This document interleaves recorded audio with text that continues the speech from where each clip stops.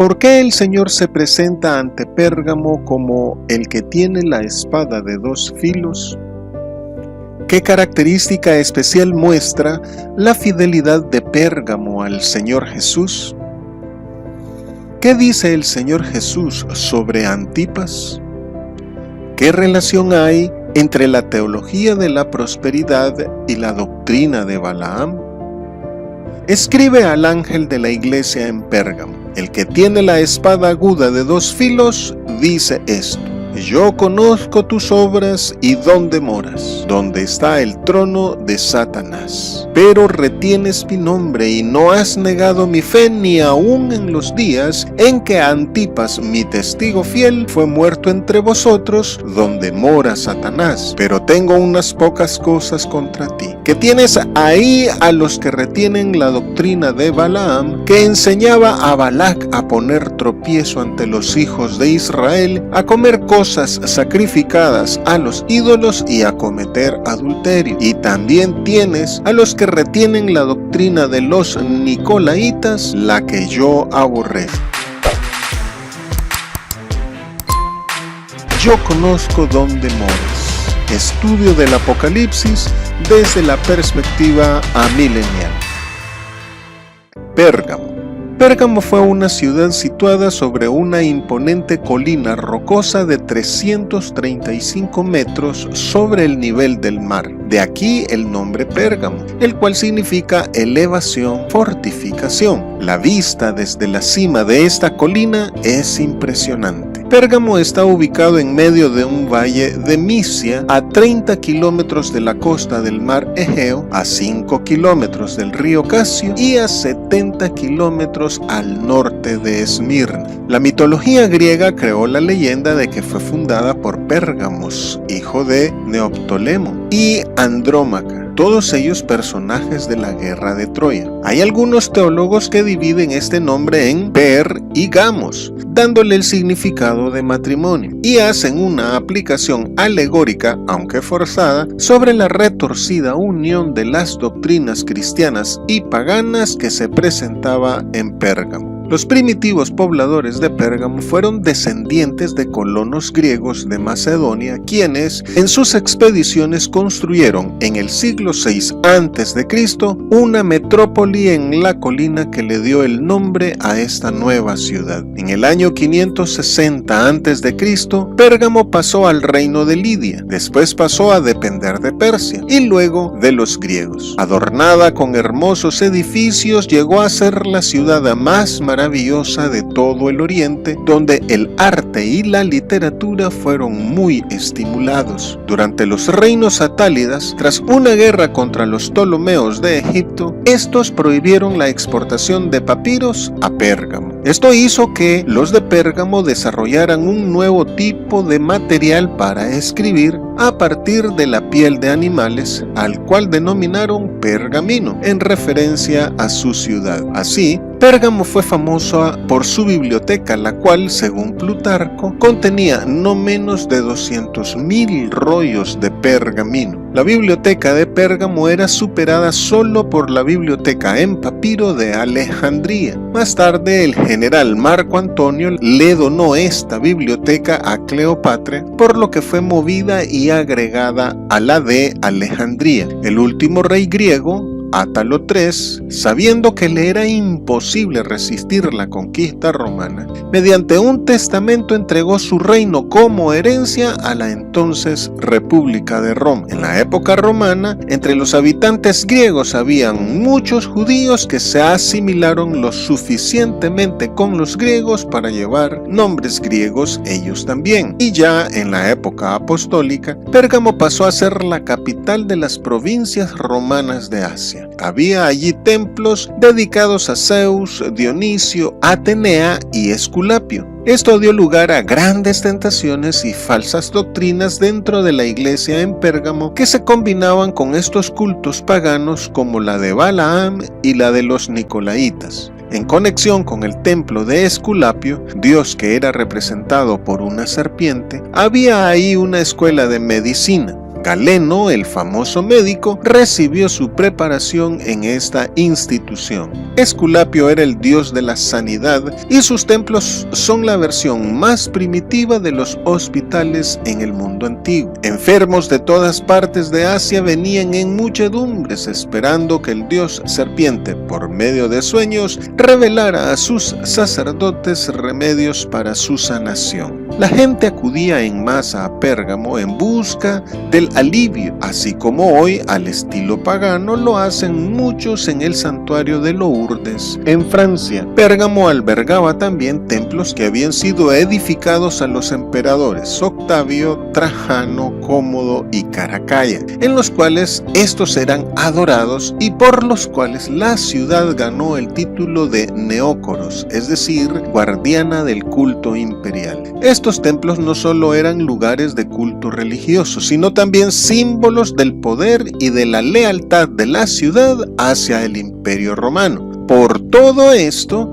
el Señor Jesucristo describió la ciudad como el lugar donde estaba el trono de Satanás. Muchos años después de haberse escrito el Apocalipsis, Esmirna llegó a ser la capital a razón de su importancia comercial, de sus crecientes riquezas y de su influencia política. Y Pérgamo quedó solo como centro religioso y cultural. Tras la irrupción del Islam, las ruinas de Pérgamo se encuentran ahora cerca de la actual Bérgama en Turquía. Espada aguda de dos filos. Dos razones hay aquí para que el Señor se presente a sí mismo con este título ante Pérgamo. La primera es la falsa doctrina y la segunda es la potestad del gobernador de Pérgamo de dictar pena de muerte. En cuanto a la falsa doctrina, esto se refiere al problema que presentaba la iglesia en Pérgamo de tolerar a los de Balaam y a los Nicolaitas. Así, con el título de Espada de dos filos, el Señor aclara su rechazo a estas falsas doctrinas, busca redarguir a los de Pérgamo de su mal comportamiento y los llama al arrepentimiento. En cuanto a la administración de justicia, el procónsul de Pérgamo tenía el derecho de la espada, es decir, el poder para dictar la pena de muerte a criterio suyo. Ante esto, el Señor Jesucristo se presenta como el que tiene la espada aguda de dos filos, significando que Él es quien verdaderamente tiene el poder sobre la vida y la muerte. También lo dice porque Pérgamo era el centro administrativo de Asia y de adoración al emperador. Así, Pérgamo era donde los santos probablemente tenían más problemas con la práctica de adorar al emperador, por lo que la predicación de la palabra del Señor debía mantenerse constante. Conozco tus obras y dónde moras. La palabra obras no existe en el original griego, por lo que solamente dice conozco dónde vives, como diciendo sé muy bien dónde estás parado. El Señor tiene pleno conocimiento de las dificultades, de los retos y de la delicada posición en la que se encuentran no solo los creyentes de Pérgamo, sino también todos nosotros. La iglesia en Pérgamo enfrentaba una fuerte presión ante el Estado y ante el imperio, y vivir como cristiano en ese entorno era muy peligroso. Y como muestra de que él es muy consciente de esto, más adelante menciona a Antipas, a quien presenta como mi testigo fiel muerto entre vosotros. Nada hay que se escape a su omniscencia y omnipresencia, y tampoco a su misericordia y comprensión de nuestra situación, de nuestras debilidades y limitaciones.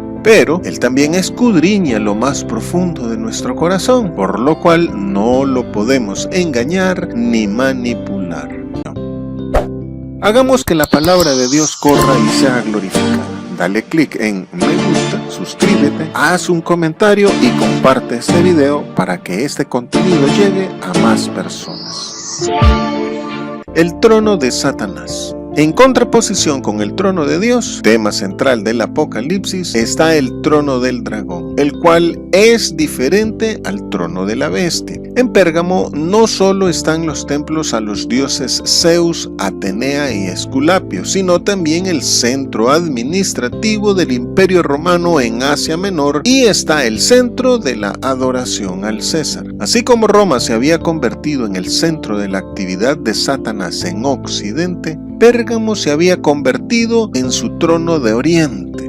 Pérgamo pues era donde Satanás había establecido su asiento oficial, el del Estado romano imperial sobre la región de Asia. Y era ahí también donde se juzgaban las demandas del culto al César, especialmente de parte de las autoridades judías en la región, lo cual era como una espada de Damocles sobre la cabeza de los creyentes. Ya en la carta a Esmirna, el Señor identificó a la comunidad judía incrédula como coludida con Satanás, abandonando el pacto con Dios y aliándose con Roma. En el libro de Hechos se muestra cómo las autoridades judías estaban continuamente haciendo comparecer a los cristianos ante los magistrados romanos. Y en los capítulos 12 y 13 del Apocalipsis se muestra a Satanás como la fuerza motriz detrás del intento judío romano de destruir a la iglesia. Retienes mi nombre. El no negar su fe en Jesucristo como el Señor hace merecedora a la iglesia en Pérgamo del reconocimiento del Señor ante el Padre y sus santos ángeles. Esta fidelidad es aún más valiosa cuando se ejerce en medio de la presión de la adoración pagana al poder político, económico y militar que los gobierna. El representante emblemático de la fidelidad de la iglesia en Pérgamo fue Antipas, pero el Señor indica que todos los cristianos de ahí eran fieles en medio de sus difíciles circunstancias. El Señor no solo sabe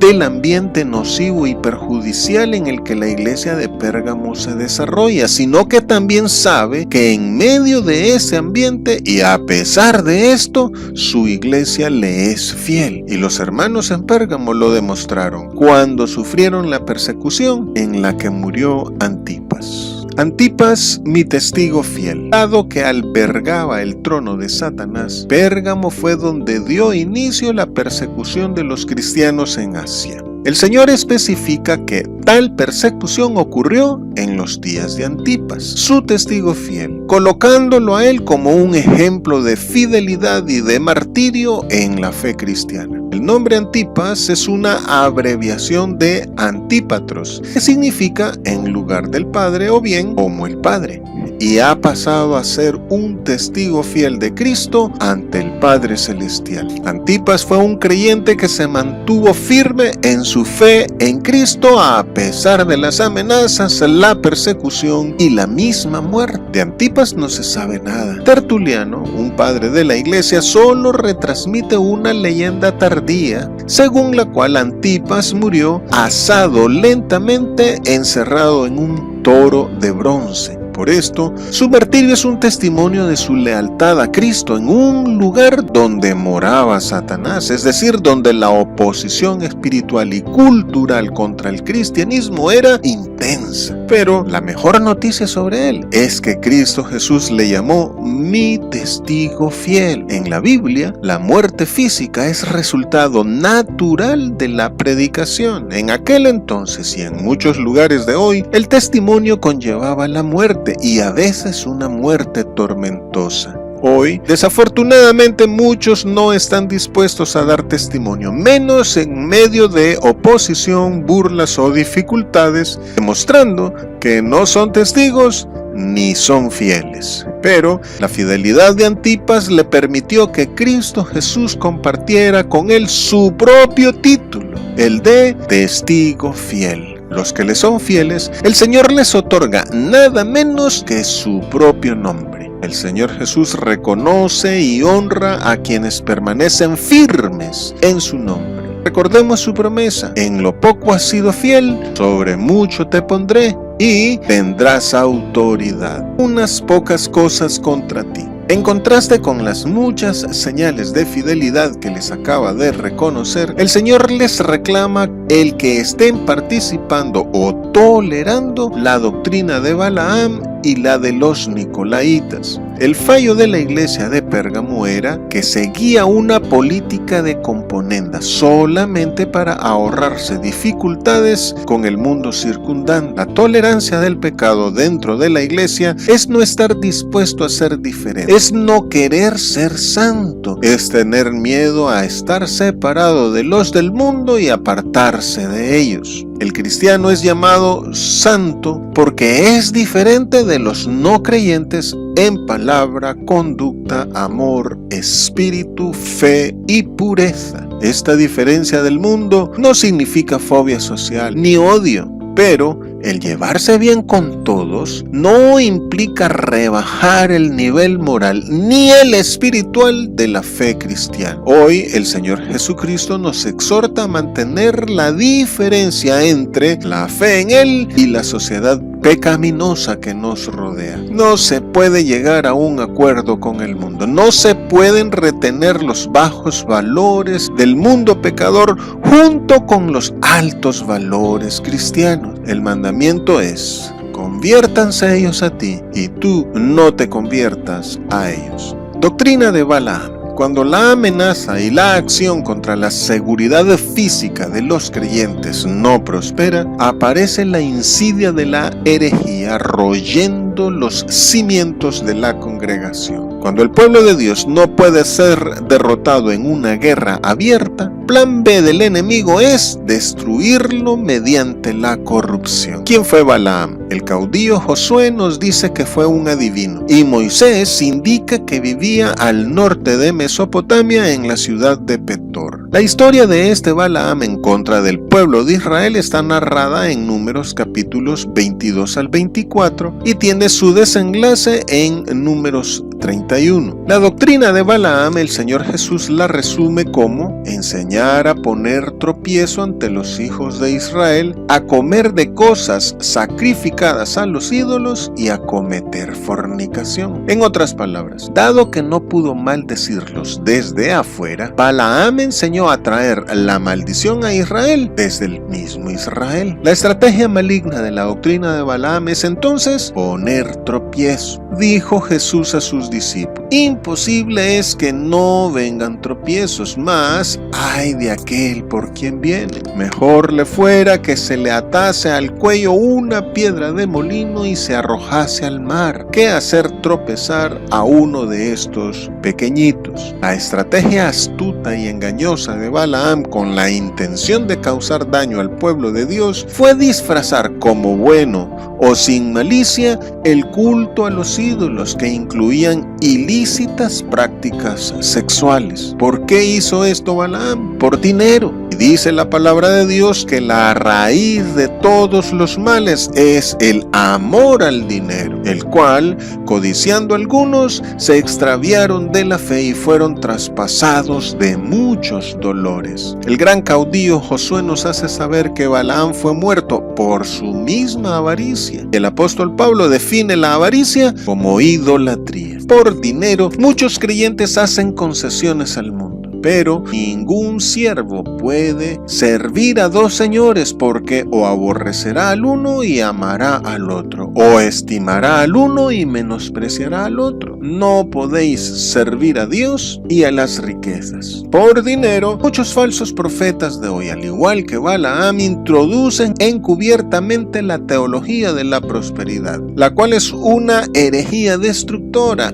que les hace incluso negar al Señor que los rescató, atrayendo sobre sí mismos destrucción repentina. El apóstol Pedro dice que estos falsos profetas tienen por delicia el gozar de deleites cada día. Estos son inmundicias y manchas, quienes aún mientras comen con vosotros se recrean en sus errores. Tienen los ojos llenos de adulterio, no se sacian de pecar, seducen a las almas inconstantes, tienen el corazón habituado a la codicia y son hijos de maldición. Hablando palabras infladas y vanas, seducen con concupiscencias de la carne y disoluciones a los que verdaderamente habían huido de los que viven en error. Les prometen libertad y son ellos mismos esclavos de corrupción. simonía. Un caso parecido al de Balaam es la de Simón el mago, cuyo intento de comprar el poder de impartir el Espíritu de Dios